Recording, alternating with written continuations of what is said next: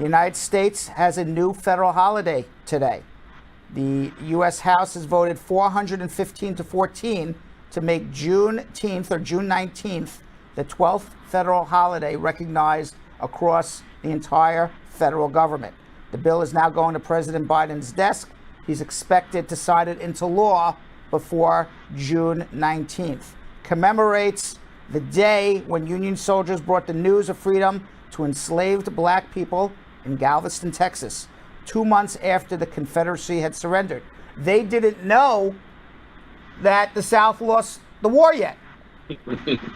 That was also about 2.5 years after the Emancipation Proclamation freed the slaves in the southern states. So this was the last place in the United States, at least historically, there may be others that I'm not aware of, but historically, where the slaves were finally emancipated, and it was on June 19th, 1865. Breaking news, Biden just actually signed it, Jill, just put in my ear. So it just happened just as I was talking about it, coincidentally. Now, it passed 415 to 14. There were some Republican lawmakers who opposed it.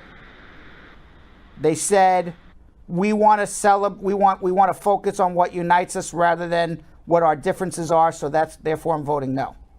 I can't think of anything that is more uniting than this. I think it's actually the opposite. I think when you vote against this, you are voting for disunity, you are voting for hatred, you are voting to not recognize our history, whitewash it, literally whitewash it. So I think that it's the opposite of what they're saying. I'm sure you guys agree.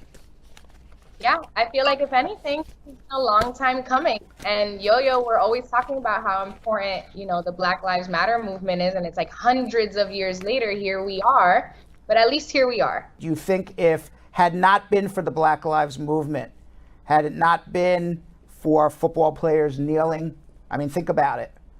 Do you think, No, absolutely not. So so I mean, in a way, we have a long way to go, and we see this in the news every day. But also, in a way, it's nice to celebrate our victories as they go along.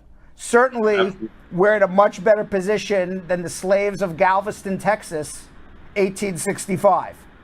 Okay, and certainly we've come a long way since then. We still have a long way to go, but these victories, some big, some medium, they all add up over time. Did you ever hear about this 94-year-old woman, Opal Lee? Have you heard about her?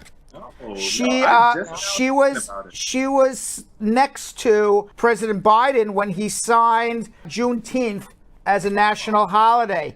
Lee grew up in Marshall and Fort Worth, Texas. She celebrated Juneteenth every year. And on Juneteenth in 1939, when she was 12 years old, a white mob raided and burned down her family's home. Opal Lee decided her new life mission was to spread the word about Juneteenth to everybody. And she figured the best way to do it was to help get Juneteenth accepted as a national holiday.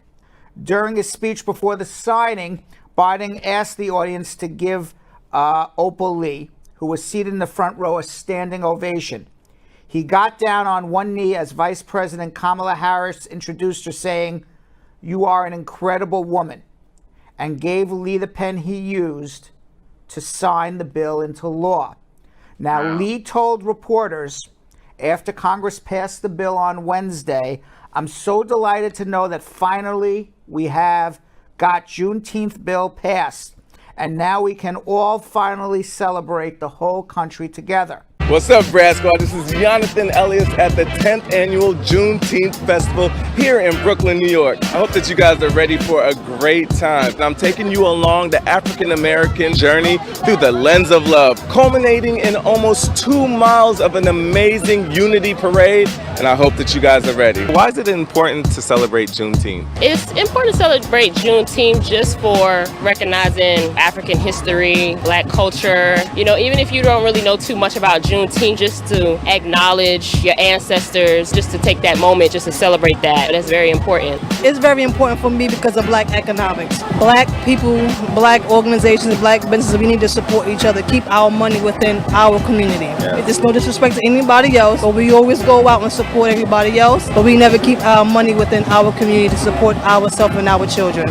So we need to let our youth know that we can accomplish anything we put our minds to it. You know, they entrapped us, like it was against our will, but we've made it. Like, you know, every day God blesses you to wake up and see another day. It's a day that you should put your best foot forward, and despite the odds, leave that negative where it belongs behind you.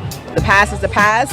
Our kids need to know that we came from a rich culture, we are a rich culture, and we are going to continue to be a rich culture. Yes. So she teaches you how to be the young king, right? Yes. Yeah, that's a big thing, right? How do you feel about that? Good. Yeah. Proud of myself.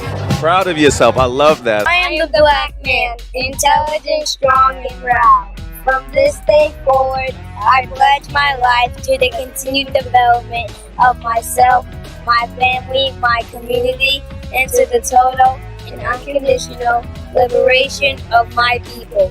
We will succeed.